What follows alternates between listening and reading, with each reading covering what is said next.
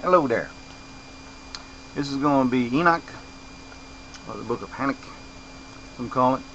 It'll be chapter 10, and away she goes.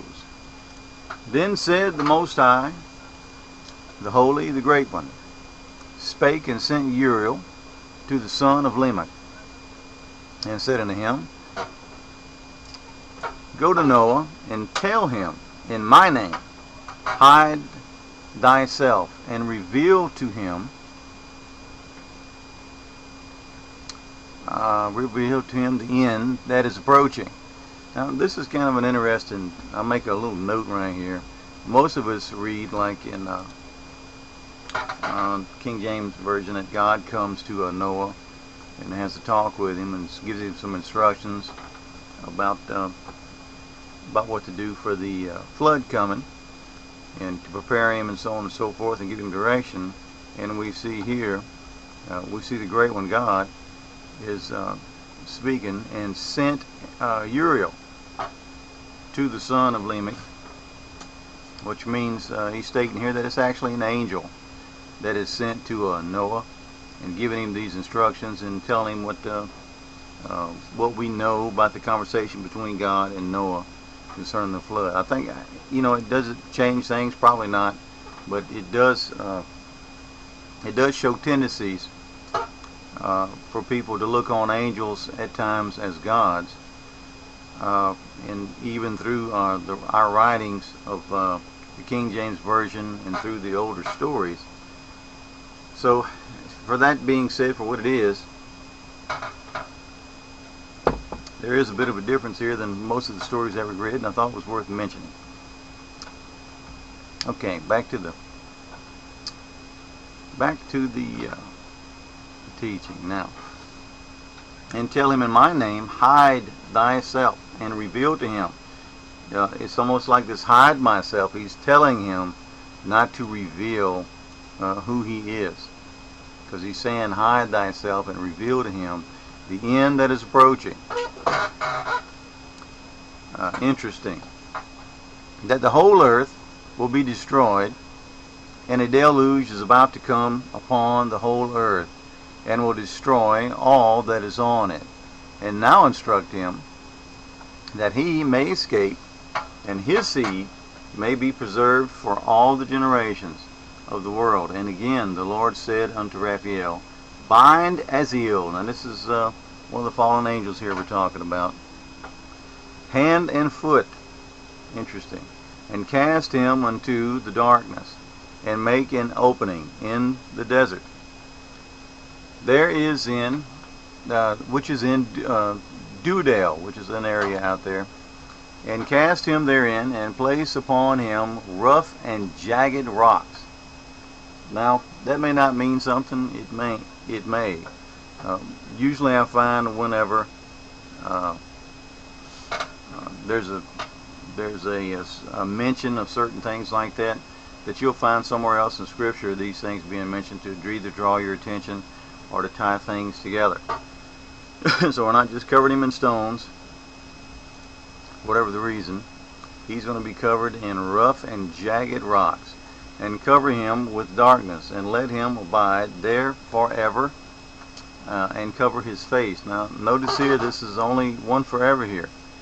A lot of times in these books you'll see forever and ever. You'll also see forevermore, and sometimes you'll see one forever. And to me, I think this is good evidence we're talking about ages. What is an eternity? I've also saw the phrase eternities mentioned in these writings. So we have to kind of be careful and have some understanding of what we're talking about. And this here is showing one forever, because forever ain't like what we may have in our concept of what forever is. Okay, that being said, forever, and see, is cover his face, that he may not see the light, and on the day of the great judgment he shall be cast into the fire, and heal the earth which the angels have corrupted. Now these angels are the fallen ones, of course, hence the coloration of the writing. Hence proclaim the healing of the earth, that they may heal the plague, and that all the children of men may not perish, through all the secret things that the watchers have disclosed and have taught their sons. Now, there being the fallen angels, as they are yellow with black on the middle, and the sons are black, you'll notice, with yellow in the middle, because we're talking about the giants. That's who their sons were. And the whole earth had been corrupted through the works that were taught by Aziel. Aziel, I guess you can say, is the devil here, playing the part of the devil. He's also a likeness maybe for the devil, what we consider the devil in many writings. There's a lot of different offices, a lot of different writings. We can ask ourselves, what is the devil? Who is the devil? Sometimes we play the part of the devil. But here, it's the guy that's showing all these evil things, and this guy that's come up with this plan, much to overthrow God's working system. And here we see this guy's playing the same part when he comes to earth, and he comes up with this plan, and he gets them all to agree and take this oath, and they all agree to accept the punishment thereof. It's all kind of weird, but anyway, for what it means, there it is. Aziel, in him ascribe all sin. Like this, it's sin is coming from the root of this Aziel. And to Gabriel said the Lord, proceed against the bastards and the reprobates, and against the children of fornication, and destroy the children of fornication, and the children of the watchers. Now this children here, this should be black with yellow in the center, but my get thing must not have been working that day. I'll have to correct that, but it should be black with yellow in the middle, because we're talking about the giants there.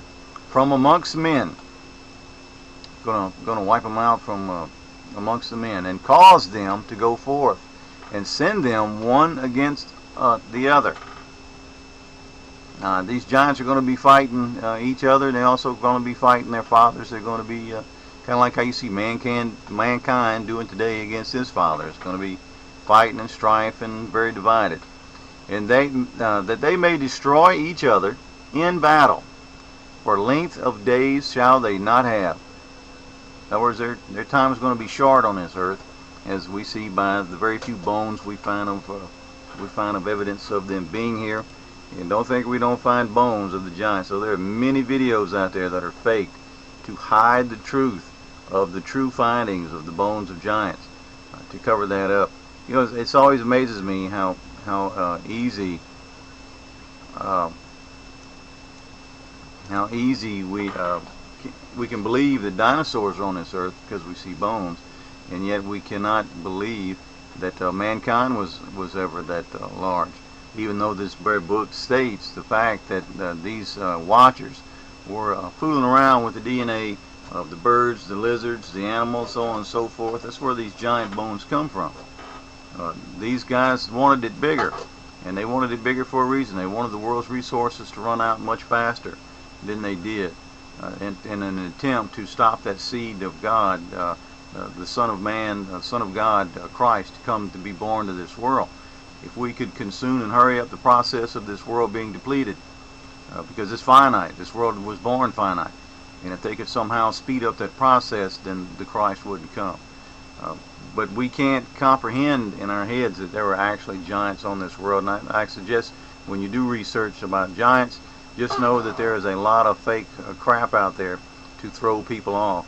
The best place to hide truth is amongst a bunch of lies, because once you believe they're all lies, you have no reason to believe the truth either. And that's a very old strategy, and true in the old times, and is even more true today. Let's see, destroy the children of fornication. Let's see, where man and they destroy each other in battle, the length of days they shall not have. And no request that they, their fathers, in other words, no request that these giants here are going to be praying to their fathers, make of these shall be granted unto them. These guys are going to be in trouble, and they're going to be asking for help. Their fathers on their behalf, for they hope to live an eternal life, and that each one of them will live 500. Will live 500. Okay, 500 years. And the Lord said unto Michael, Go bind Samjays and his associates, talking about the fallen angels again, who have united themselves. Very important. These guys are in a bond together. They're in an oath together with women, so as to have defiled themselves with them in all their uncleanness, and their own sons have slain one another, and they have seen the destruction of their beloved ones. These spirits are watching the giants, their sons, being slain and destroyed.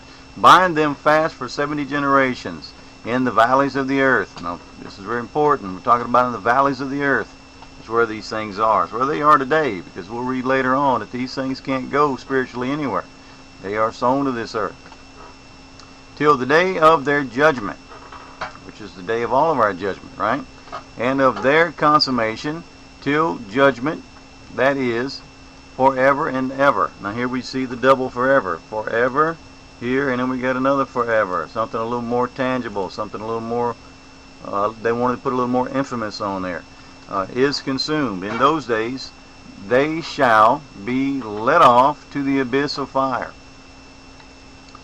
And this is another likeness of hell.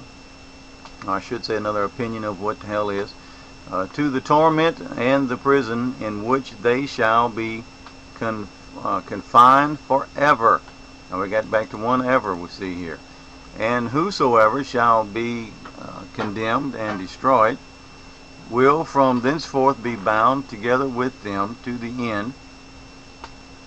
That's how much time I got left. Okay, to the end of all generations, and destroy all the spirits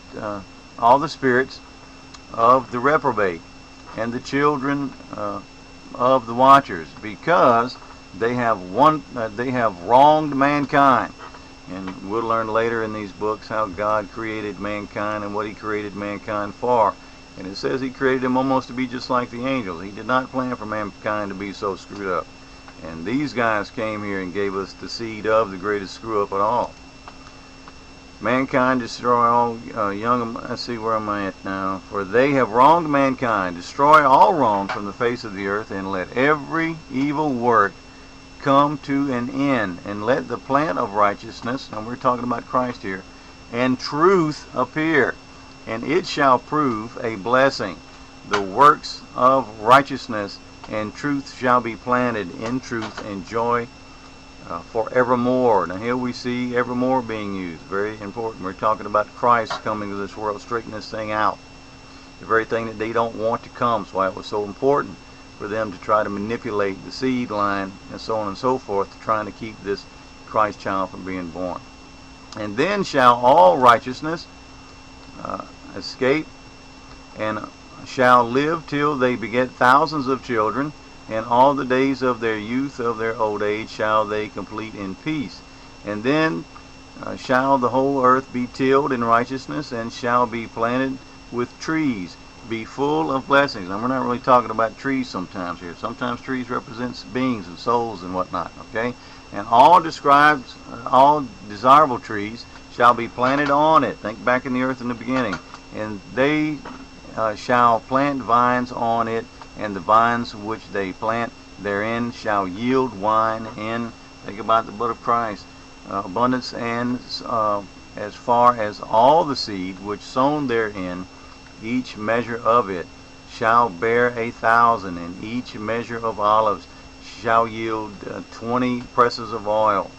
And cleanse thou the earth from all oppression and all unrighteousness. Think about that great day when Christ comes back, and from all sin, and from all ungodliness, and all the uncleanness.